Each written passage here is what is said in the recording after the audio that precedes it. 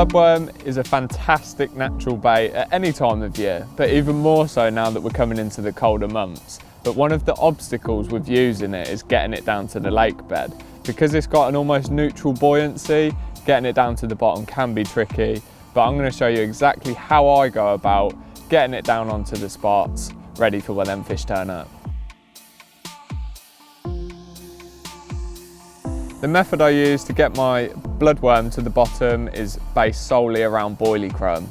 Now that we're coming into the colder months, like previously mentioned, I like to use the live system. It's fantastic in cold water. So what I'll do, I'll get my live system and I'll run it through a crusher and basically make it as fine as I physically can. I don't want no big bits in there.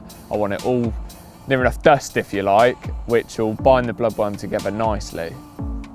Once I've got my live system into the crumb form, I then like to add the bloodworm, little and often, like a match angler would with his ground bait, if you like, just so I can get the desired consistency.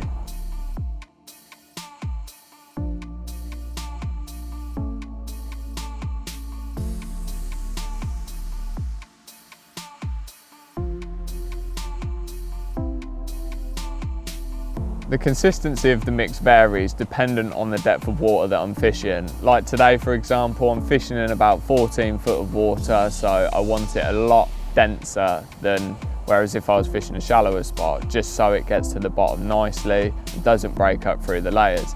Whereas if I was fishing a marginal spot that's a bit shallower, I can afford to make it a little bit more moist, if you like, just so that it breaks up on the way down to the bottom and leaves a nice little cloud.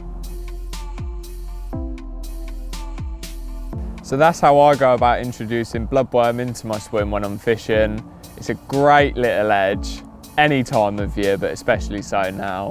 And it's definitely put a few extra fish on the bank for me, so it's well worth a go.